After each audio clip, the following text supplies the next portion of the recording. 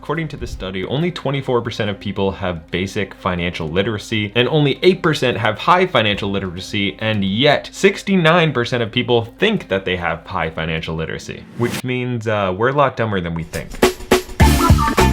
Today we're talking about some shocking financial stats about Americans and their finances. 51% of people think that the American dream of owning a home is dead, which in a conventional sense is probably true. It's extremely expensive right now, and that's why I love house hacking so much. Buying a multifamily with like a 3.5% down first-time homebuyer loan, living in one unit, renting the rest of them out. You do that a couple times and that can pay for your dream home without actually having to pay for your dream home. That's the only way I'm able to afford it. In the last quarter, half of Americans said that their finances had a negative impact on their mental health. And 41% of people said that they have cried in the last 3 months due to stress about money. And nearly the same amount, 40% of people said that they have had panic attacks due to money issues. And yet very few people talk about their finances. They don't think about money all that much. Their only solution is to work harder. That is not the solution. The solution is to gain that higher financial intelligence and not be like the 69% of people who think they're smart financially but are not. Money is a super important thing. It can ruin your life or it can make it way easier. And that's why you should subscribe to channels like this one that will hopefully help you with your finances, help you save more, help you earn more, and help you just live a better life. It's also free. You can't beat free. Don't forget to subscribe. 56% of Americans cannot cover a $1,000 emergency expense with their savings. And 48% of those earning $100K a year plus are still living paycheck to paycheck. This just really goes to prove that making more money isn't always the answer. It's really about how much money you keep, not how much money you make. I know people who make hundreds of thousands of dollars a year and still are living paycheck to paycheck just because of lifestyle inflation, buying more stuff, and it's really just this vicious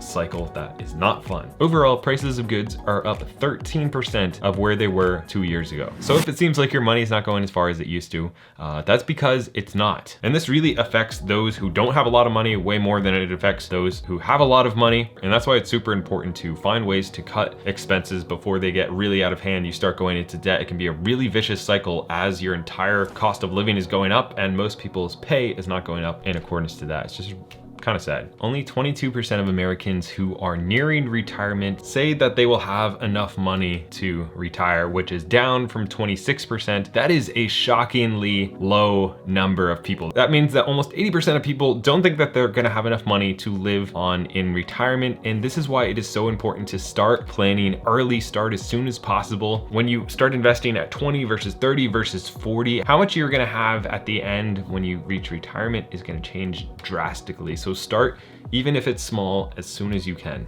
Only 53% of people say that they are financially stable. And that's just saying that they're financially stable. Doesn't mean they necessarily are, doesn't mean that they have an emergency fund. This is just saying that they're at or above living paycheck to paycheck, which means almost half the country is really struggling with their finances. Again, just cements how important it is to study this. 1 in 5 Americans fell deeper into debt in 2022, which correlates with the stat that 25% of Americans say they're relying more heavily on credit cards to pay their bills, with only 16% say that they're relying less on their credit cards. Credit cards could be an amazing tool. They paid for most of my trip recently, but they can also be devastating if you're paying interest on them. That's why an emergency fund is so important. More than 1/3 of consumers in America admitted to making at least one impulse buy in the past 3 months. And I'm gonna tell you, it's way more than what people are admitting to, because with Amazon, you can think about something, you click, it arrives the next day, you forgot what you bought by the time it arrives. Impulse buying is just out of control, especially in America, especially online, but even in the stores, there's so much different stuff. And this is generally stuff that will make zero difference in your quality of life, how happy you are, anything. It's just robbing time and money from you for another thing. And most people who do make impulse buys, 60% said that they feel guilty about it, and 53% of them regretted making the purchase. And it's because you get the little dopamine high right before you buy something, and then once you buy it, the dopamine really goes away. So you're best off like just putting it in the cart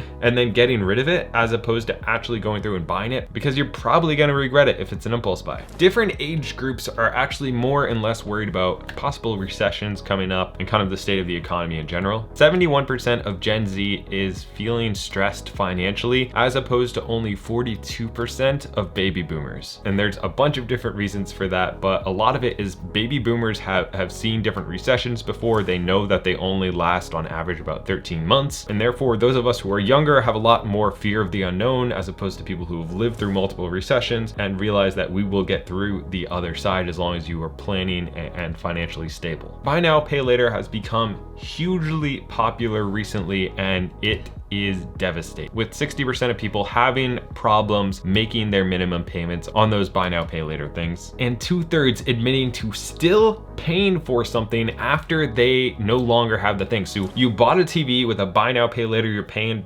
$50 a month, and that is dragged out over so long that you're still paying for that TV after you no longer have the TV and you're on to the next one. If you can't afford something in cash, you can't afford it. And you definitely don't want to be paying for something well after you already have it. It just makes no sense financially. It's a scam. With all of these struggles, most of us are looking for different places to learn about finances, and here is where most people are getting their advice. Family, 33%. Friends, 25%. 4 out of 10 people said that they didn't have anybody to turn to for financial advice. This can be a very scary thing because you don't want to take financial advice from somebody who you wouldn't want to be in their financial shoes. So if you're getting financial advice from somebody who's 60, a family member or a friend, and what they went through, their life experiences is totally different from your life experiences, or even if they're in the same age group, they could be saying something that is just what they decided to do, and that's going to actually end up hurting them financially in the long run, but you can't see that yet. So just be very careful who you get your financial advice from. For the most part, a lot of what you're going to hear is wrong